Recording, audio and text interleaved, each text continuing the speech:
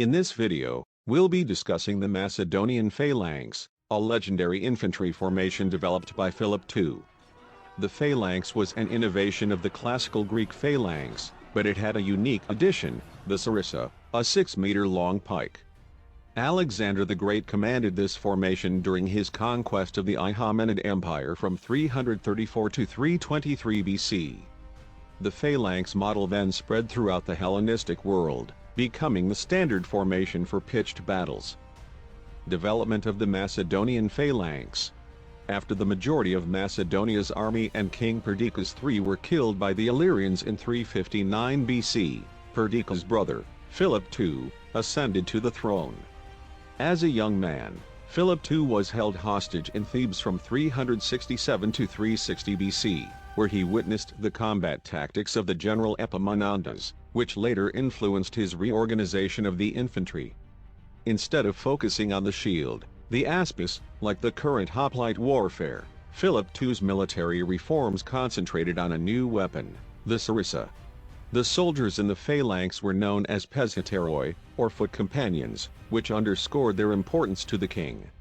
Furthermore, Philip II increased the amount of training required for the infantry and established regulations governing military behavior.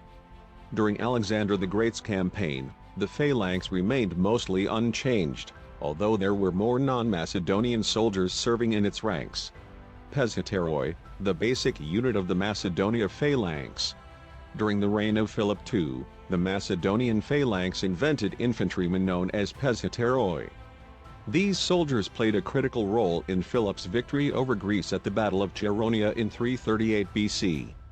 To create this unit, Philip II made several modifications, including lengthening the spear to form a true pike, reducing the weight of armor, and replacing the large shield with a smaller one. The pesheteroi were equipped with the sarissa, a flexible cornel-wood spear that had a longer reach than the traditional hoplite spear. The length of the sarissa allowed the phalanx to present the spear points of approximately 5 files of men, making the phalanx a fearsome force to oppose. Alexander III used the name foot companions as a recruiting method during the reign of his father, Philip II. By labeling his infantry as his personal companions and friends, he was able to attract a wider range of manpower for military campaigns, as positions in his personal infantry would denote pride and honor. Although the pesheteroi were terrifying to opponents due to the length of the sarissa, they were not highly maneuverable, making them more suited for defensive than offensive actions. At the Battle of Gaugamela in 331 BC, 2 battalions of pesheteroi were breached by a force of enemy cavalry that broke through their lines from the rear. Had it not been for a lack of discipline in their own command and Alexander's strategic placement of a second line of traditional hoplites in reserve, the phalanx might have been destroyed from the rear. Each phalangite carried a sarissa as their primary weapon, a double-pointed pike over 6 meters long and weighing about 6.6 kilograms. The sarissae were carried in 2 pieces before a battle and then assembled when in use. At close range, the weapon was of little use, but an intact phalanx could easily keep its enemies at a distance. The first 5 rows of men in the formation projected their spears beyond the front of the formation, providing more spear points than targets at any given time. The secondary weapon was a short sword called a xiphos. This was used when fighting in close combat or when the sarissa was broken or lost. The xiphos was typically made of bronze and had a blade that was around 18 inches long. The phalangites also carried a smaller and flatter shield than that of the Greek aspis, weighing around 12 pounds. This shield was made of bronze-plated wood and was worn around the neck, freeing up both hands to wield the sarissa. The main piece of armor worn by the phalangites was a breastplate called a linothorax. This was made from layers of linen or leather that were glued together and then stiffened with resin or wax. The linothorax provided protection to the torso and was lighter and cheaper to produce than bronze armor. It also allowed for greater movement and flexibility, which was important for soldiers wielding the long sarissa pikes. In total, the armor and weaponry of a phalangite weighed around 40 pounds, which was approximately 10 pounds less than the weight of Greek hoplite equipment. Formation of the Macedonian Phalanx. Primarily, Philip restructured the Macedonian military based on the Theban model. He divided the entire country into military districts that were responsible for providing a specific number of soldiers. To equip the new recruits, Philip introduced a new weapon, the sarissa, a long and heavy battle spear measuring between 4.5 and 5.5 meters. As the weapon required 2 hands to wield, soldiers also carried a large round shield with a diameter of 60 centimeters that hung around their necks with a belt. Since the purchase of heavy protective gear was too expensive, Philip provided his warriors with light armor, which increased their mobility.